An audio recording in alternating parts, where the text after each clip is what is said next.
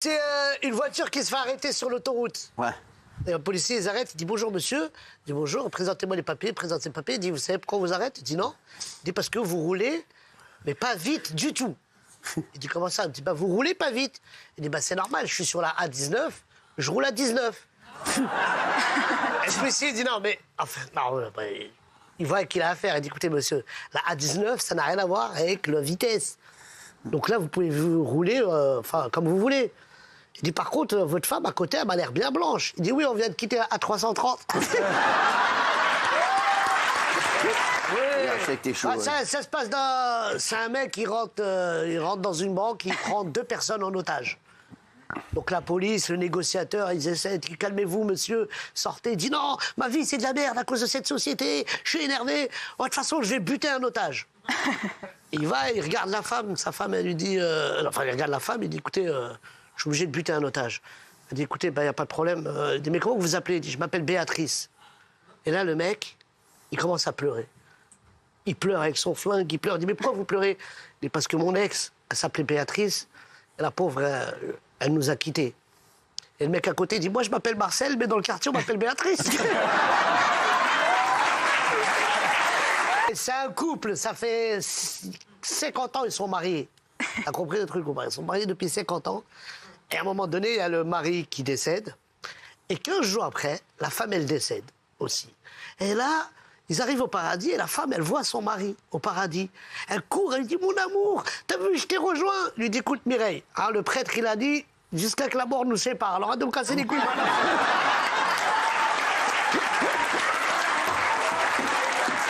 C'est un mec qui bégaye, t'as jamais vu ça? Bref, un jour, il croise son pote, il dit, alors, comment tu vas, Charlie? Il dit, moi, je vais. C'est dur, je cherche du travail. Il dit, bah, moi, écoute, c'est que j'ai une société, mais je peux pas t'engager. Parce que tu bégayes, c'est compliqué. Il dit, oui, mais si tu ne m'engages pas, qui va m'engager? Il dit, ouais, mais je peux pas t'engager. Bref, il part, le mec, un mois après, ils se recroisent. Ça va, Charlie, qu'est-ce que tu deviens? J'ai trouvé du travail. Il dit, oh, c'est un truc de ouf. Il dit, ah oui, tu bosses où? Il dit,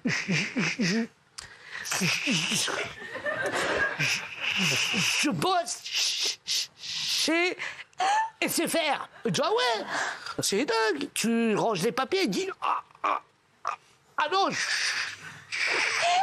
suis dans le téléphone. Comment ça, ton téléphone? Mais tu fais quoi dans le téléphone? Il dit, c'est moi qui fais le bip, bip, bip, bip.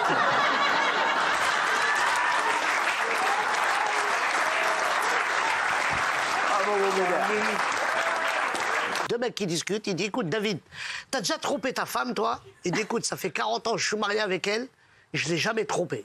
Il dit, par contre, je me suis trompé de femme.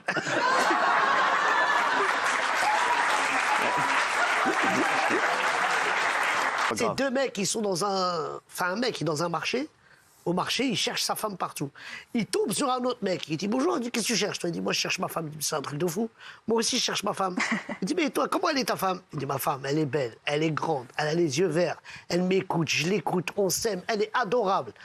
Il dit, toi, ta femme, comment elle est? Il dit, laisse tomber, viens faire ça. Non, c'est l'ancienne, il a dit. Laisse tomber, ça là, je m'en lasse pas. Même si tu vas déjà raconter, laisse tomber, viens, on cherche ta femme. C'est une vieille dame qui appelle à l'hôpital. Elle dit bonjour et bonjour. Bonjour, Dieu, bonjour madame, qu'est-ce qu'on peut faire pour vous? Je vous appelle pour un renseignement. Elle dit, c'est quoi votre renseignement? Je voudrais savoir, est-ce que ma copine, elle va bien? Elle est chez vous, à l'hôpital. Elle dit, comment s'appelle votre copine? Elle s'appelle Juliette Lefebvre. Elle dit, attendez un instant. Tu dis, cherche. Ah, Juliette Lefebvre. Oui, Juliette Lefebvre, chambre 404. Écoutez, elle va bien, elle a un peu de migraine, elle a un peu mal au ventre, mais normalement, elle sort dans 2 jours. Mais vous m'avez l'air bien inquiète pour votre copine. Comment ça se fait que vous êtes inquiète comme ça? Il dit, non, c'est moi, Juliette, mais comme personne me dit ce que j'ai ici, alors...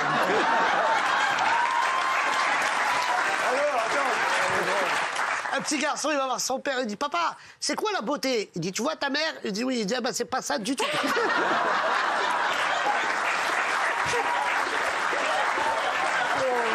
Mais je vais raconter une nouvelle, celle-là, je vais pas pouvoir aller au bout parce qu'elle me fait rigoler. C'est un couple, ils ont un enfant, mais ils habitent dans un pièce. Ils ont une pièce. Un studio, quoi. Ça s'appelle un studio. Oui, Ça s'appelle un studio. Un pièce. Voilà, un pièce. Ils habitent à un pièce. Donc quand ils ont envie de faire un peu des câlins, bon, t'as vu combien il y a de petits, ils ont mis un code en place. Il a dit, écoute, ce que je vais faire, chérie, quand je t'envoie le petit, je te dis j'ai envie de voter, ça veut dire que ce soir, c'est la fête. Il dit d'accord. Il envoie, il dit, il va voir ta mère, tu dis que j'ai envie de voter. Il dit, papa, il a dit qu'il voulait voter. Il dit, d'accord, ce soir, on vote. Sauf qu'un jour, un matin, ils se prennent un peu la tête. L'autre, il oublie l'embrouille qu'il a avec sa femme. Il envoie le petit, il dit, va voir ta mère, tu dis que j'ai envie de voter ce soir. Le petit, il va voir maman, papa, il veut voter ce soir. Il dit, écoute, tu dis à ton père, ce soir, il n'y a pas de vote. Alors il revient, il dit, papa, maman, elle a dit que ce soir, il n'y avait pas de vote. Il dit, écoute-moi bien, tu dis à ta mère que si je vote pas ce soir, je vais aller voter dehors. Le petit, il va voir sa mère, il dit, maman, papa, il a dit que s'il ne votait pas ce soir, il allait voter dehors. Il dit, écoute, mon petit, tu dis à ton père, s'il vote dehors, j'ouvre un bureau de vote ici.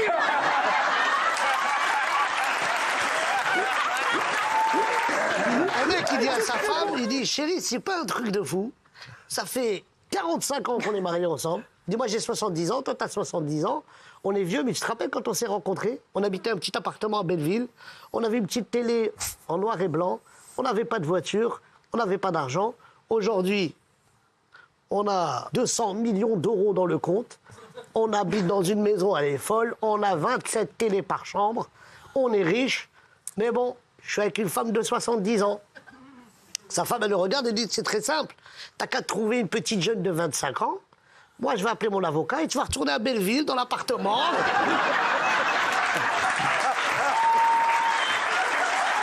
Ça se passe dans un bus. Le bus, il s'arrête, là, il y a un mec qui rentre, il s'installe et il regarde un rabbin.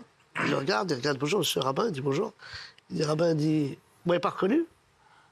Le rabbin, il dit, mon fils... non, tu viens à la Sina? Il dit, non, mais vous m'avez pas reconnu. Le rabbin, il dit, non, franchement, je suis vraiment désolé, je vous ai pas reconnu. Il dit, ben, je suis Dieu. Ah, le rabbin, il se vexe. Il se lève, il dit, mais c'est pas possible, il va s'asseoir derrière. Arrivé derrière, il s'assoit, il voit un autre jeune, il dit, c'est un truc de fou. Hein. Ces jeunes, ils respectent plus rien. Il dit, oui, pourquoi? Il y a un mec qui vient de monter, il m'a dit qu'il était Dieu. Et l'autre, il dit, écoute, moi, j'ai envoyé personne. C'est un mec, tu vois, c'est un mec qui a étudié en France toute sa vie. Et son père lui dit, écoute, tu veux pas venir pour les vacances, viens au village, s'il te plaît, pour les vacances, ça me ferait du bien. Tu sais que ta mère, depuis qu'elle est morte, moi je suis tout seul et tout, viens me voir. Alors il va et passe les vacances avec son père pendant 15 jours. Et il lui dit, mon fils, s'il te plaît, dans le village, tout le monde me demande qu'est-ce que tu fais dans la vie et je sais pas. Il dit, écoute papa, moi je suis devenu vétérinaire. Il dit, mais mon fils, qu'est-ce que ça veut dire vétérinaire? Parce que c'est très bien, ici, ils vont pas comprendre. Déjà, moi, j'ai pas compris. Qu'est-ce que ça veut dire? Il dit, écoute, moi, vétérinaire, je parle aux animaux et les animaux me parlent. Il lui a dit, tiens, par exemple, t'as vu la petite chèvre que t'as? Il lui dit, écoute, parle pas avec elle. Depuis que ta mère, elle est morte, elle raconte que des conneries. Celle-là, tout le monde me la demande sur les réseaux. Tiens, raconte-la, raconte-la. C'est un petit garçon, il va voir son père, il dit, papa, dis-moi, pourquoi on a une djellaba? Il dit, tu sais pourquoi on a une djellaba? Parce que quand on est dans le désert, la djellaba, t'auras pas beaucoup chaud, ça va faire du bien. Il dit, d'accord. Il dit, mais papa, pourquoi on met des chaussures bizarres? Il dit, c'est pas des chaussures bizarres, ça c'est des babouches. Comme ça, quand tu marches dans le désert, le sable, il rentre pas dans tes pieds. Il dit, mais papa, pourquoi on met un truc là? Il dit, ça s'appelle la chachia. C'est contre le soleil. Comme ça, quand on est dans le désert, le soleil va pas nous taper. Il dit, bah papa, puisqu'on est si bien équipé contre le désert, qu'est-ce qu'on fout à Argenteuil?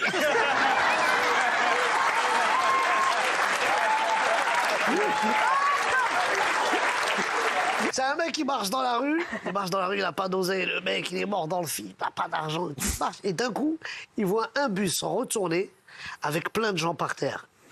Il se dit, oh là, c'est le coup que je refais. Je vais me couper une oreille et je vais m'allonger avec les victimes. Et ils vont me donner un billet parce que les assurances travaillent. Voilà. Donc il se coupe l'oreille, il a mal, il a du sang et tout. Il tombe par terre, il s'allonge. Au moment où il s'allonge, il entend « Coupé, on la refait !»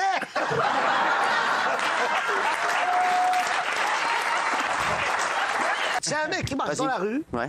Il y a une vieille dame, toute vieille. Elle l'attrape. Donne-moi ta main. Elle regarde sa main.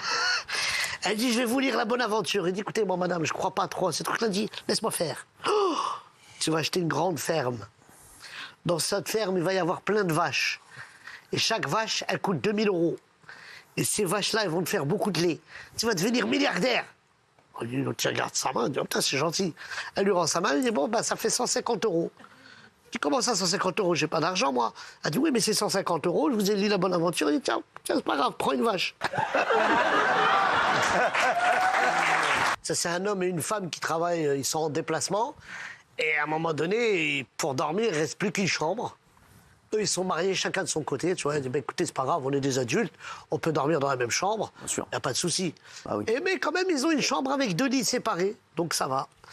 Et en pleine nuit, le monsieur, il se réveille, il dit, excusez-moi, vous pouvez me donner une couverture parce que j'ai vraiment froid. Et là, la femme a fait, elle lui dit, écoutez, vous savez ce qu'on va faire? Pour cette nuit, on va faire comme si on était mariés tous les deux. L'autre, il est chaud, il dit, ah ouais, ça serait super ça. Venez, on fait comme si on était mariés. Il dit, d'accord, bah va la chercher ta couverture, connard.